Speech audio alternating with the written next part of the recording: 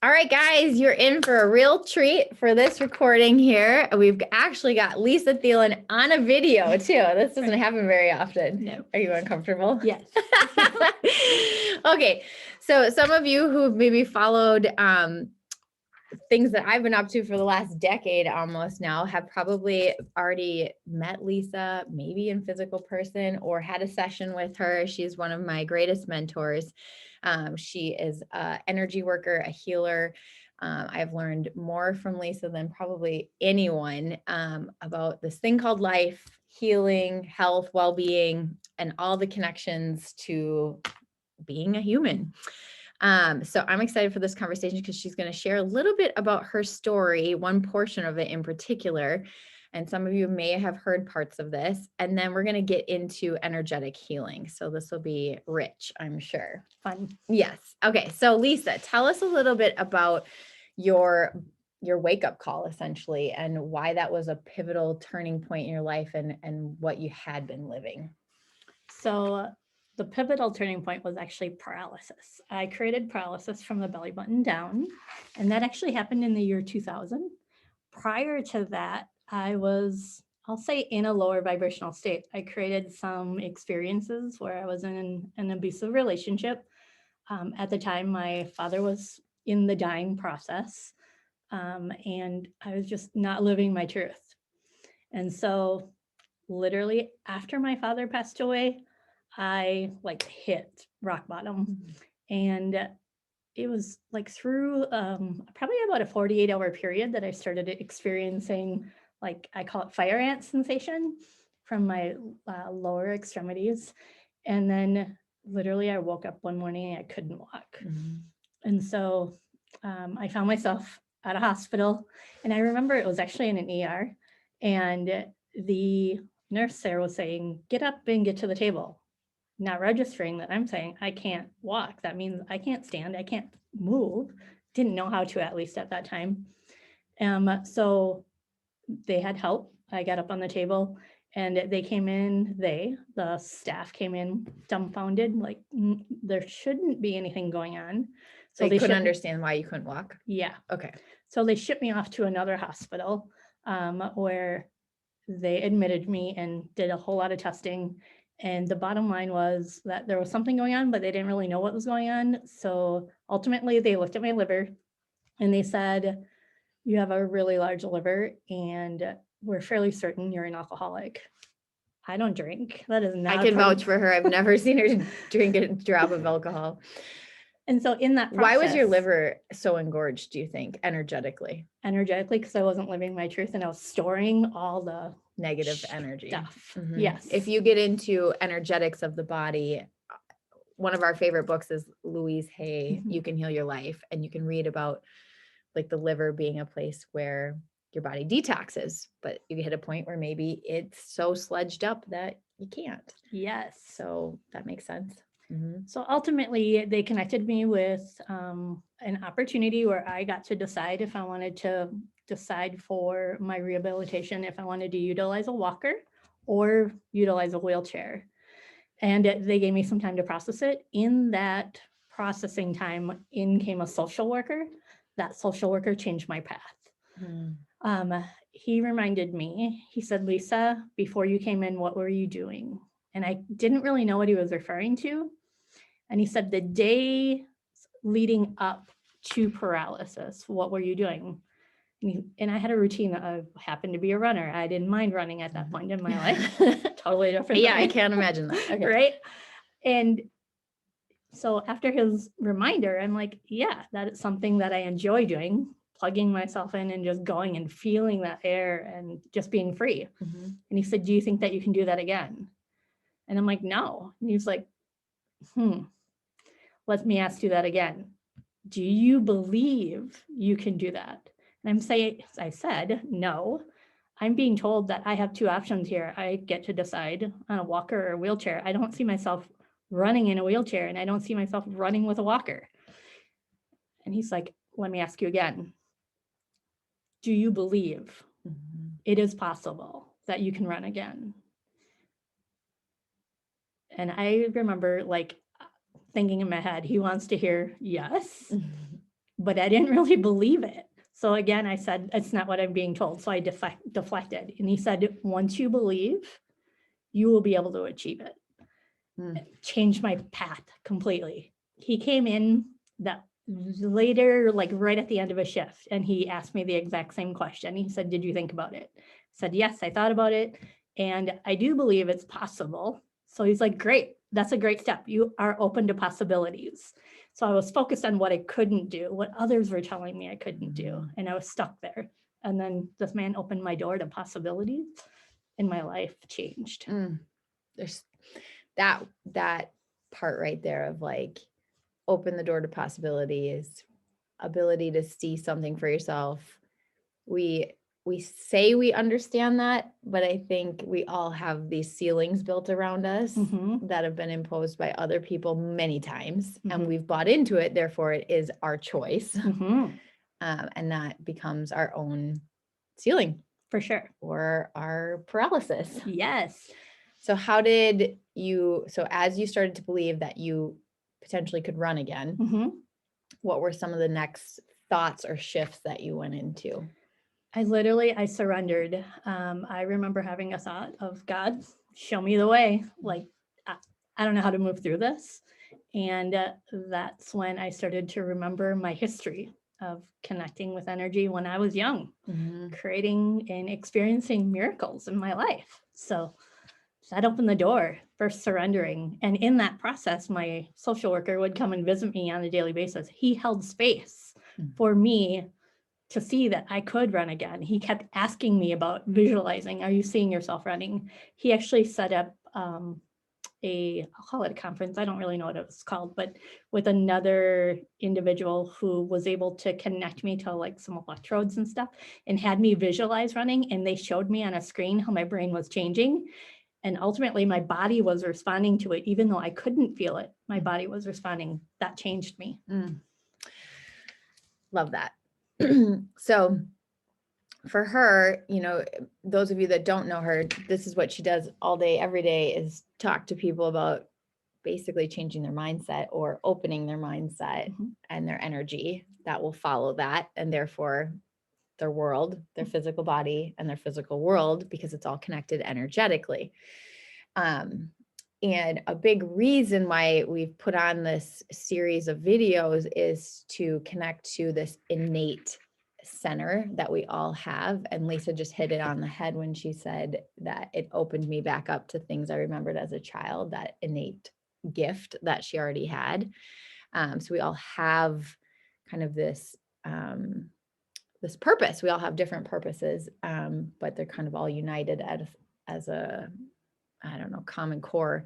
So Lisa, will you talk to us a little bit about, now that you are who you are and are using your gifts and helping others to do that, if you could give that message of how do you take those first steps, connecting back to yourself, what does that look like?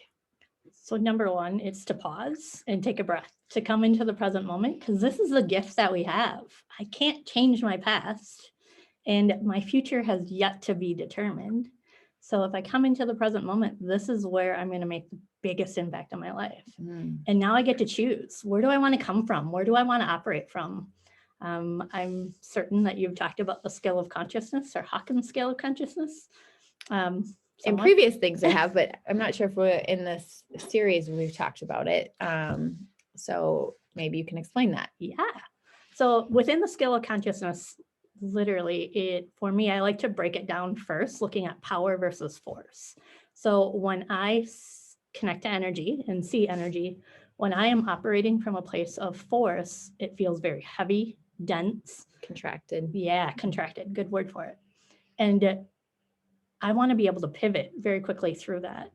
And then I can move into a place of power. To me, that's light. I'm operating in that light space. As I was learning this, for me, if you've read my book, Reclamation, I talk about my wake up call into starting to experience that life didn't have to feel so rough at patches. And that when it did feel like that, that's a good sign that you're in a contracted state, whether that's fear or pride or anger or apathy or shame and grief and guilt, some of our lowest vibrations. We all know that those don't feel well, but even pride doesn't ultimately feel good, because a lot of times that means you're pitting yourself against someone else then, Yes. and we're all connected. So that book is pivotal. It's Hawkins' Scale of Consciousness work, Power versus Force. And Lisa, on your website, which we'll have a link for that, has some information on that too. Yeah. So why is that really the way towards empowerment? Because I get to move through that scale, or I get to choose where I'm going to operate from. And then because life happens through me, my life is going to show me that, and I'm going to have that experience. And by taking on those tools, I'll be able to pause, pivot, make some choices in the moment to actually start creating the live. Let me recorrect. I'm being corrected. Start to live the life that I want to create. It seems so simple, and it's not, but it becomes easier. I think many times we've gotten in a rut where we say, that person makes me so mad, or you project your anger on someone else, that it's their fault because they did this thing and therefore I'm angry, or I need to be sad because this is going on and this makes me sad. And what I've learned through Lisa and some of this other work is that's still a choice. And the breath that she just mentioned, why that's so important is because we need to pause before we just go right back into the reaction we maybe habitually have gone into. For sure. Yeah. And part of this too is language. If we become aware of the language that we're using, I just heard this morning somebody said, shame on them. That tells me a lot about your current state more than it does about their state. So true. Yes, we're all connected, right? We are. You are a mirror on the external for the internal. And that's a huge part of, as you wake up to living in more of this innate lifestyle or a holistic viewpoint, things that maybe you chose before, you don't choose because you recognize the connection with everything. And you also realize that what you're viewing on the outside, it needs to have a good look within as well. Doesn't mean you need to be a doormat. And maybe you can speak on that too, because I do think that sometimes happens is once you want to feel like in these good juices all the time, then sometimes it can feel like, well, maybe I don't want to say this because it might be perceived wrong. Yeah. And do you get what I'm saying there? I believe so. Are you talking about, like, I am looking at the world from the inside out and it's working for me, and therefore I'm going to share my voice to share my experience, but then I check myself because of potentially the judgment of others? Yes. Yes. Dr. Leslie in her interview mentioned like the book, The Four Agreements. And I know that you love that book too. And that's a good one, probably with what we're talking about right now, is remember that, you know, what other people think of you is really not your business. Yes. Especially if you're living from that place where you're in integrity with yourself. But I still think that can sometimes be a challenge in this too, is that I don't want to ruffle feathers. I just want everyone to get along, when sometimes making that decision leads to longer term ruffling of feathers. Yeah.